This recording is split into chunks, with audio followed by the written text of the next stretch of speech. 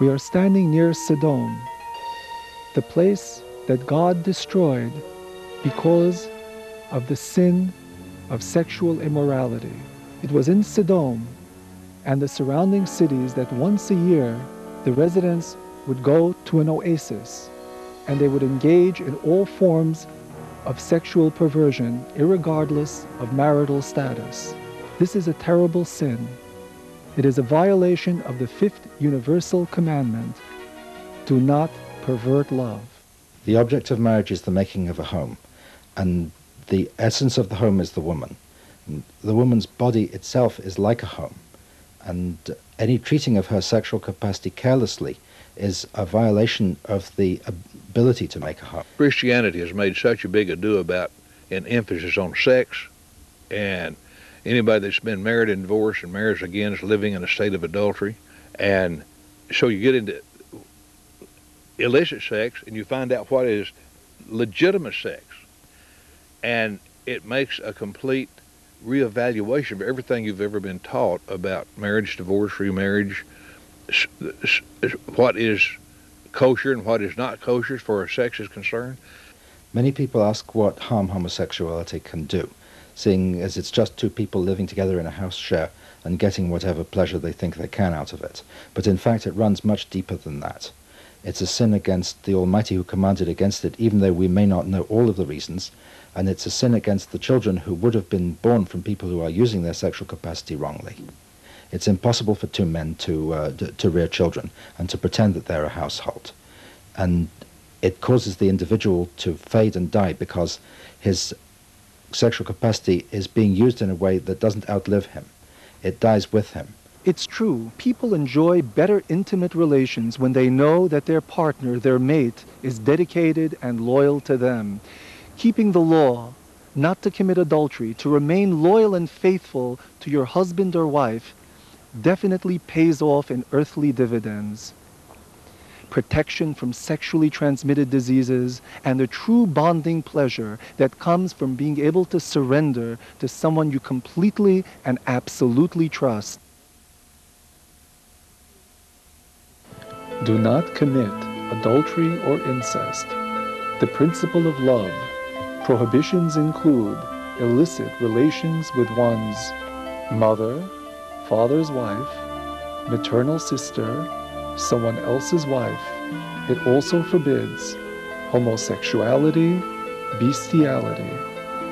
Benefits. Creates happy families and satisfying relationships.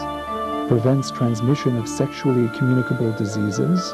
Provides nurture and trust needed for marriage bonds to deepen and grow.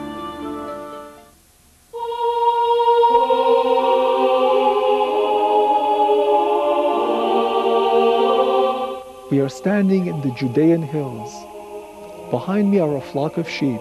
This brings to mind the encounter between Abraham and his nephew Lot. Both had large flocks of sheep and goats. Abraham, on the one hand, would muzzle his animals to prevent them from grazing in the fields of others. Lot took no such precaution. This was one of the reasons why Abraham eventually asked Lot to separate from him. Tzvi Sand is a successful land developer, well known for his philanthropy. There's one mitzvah, one commandment that you could test God with, and that is in giving charity.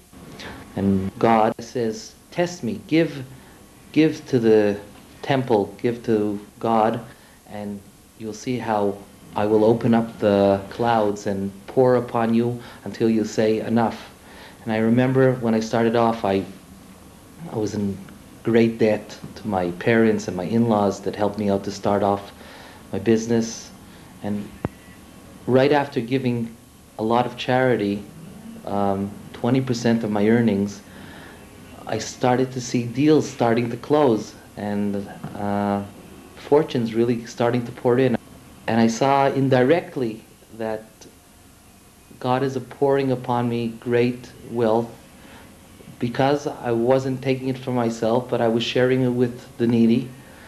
And I think that really correlates directly to the commandment not to steal. The minute you know that the money is not yours, and it's for you to hold, then there isn't a need even for a commandment not to steal. God applied sanctity to property and made stealing a matter for his personal concern. That means that all violations of property are violations of sanctity, whether it's withholding due wages, looting in wartime, embezzlement, tax fraud, stealing of goods, stealing of services. By violating the commandment not to steal, the thief condemns him or herself to an unbalanced personality, forever seeking definition and fulfillment through another, never discovering who they really are. Why is this so? Because stealing is a sign of emotional immaturity. There is almost always another way of having your needs met.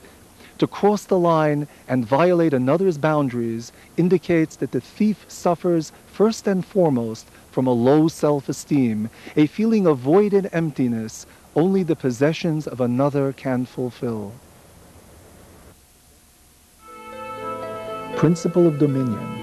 Prohibitions include not trying to obtain anything by dishonest means, including not to cheat, defraud, or misrepresent, not to withhold salaries from workers, not to violate another's property and rights. Benefits include obtaining the trust and respect of others, making them want to benefit you in every way, enables you to get your true portion, your rightful share, what was intended for you from the beginning.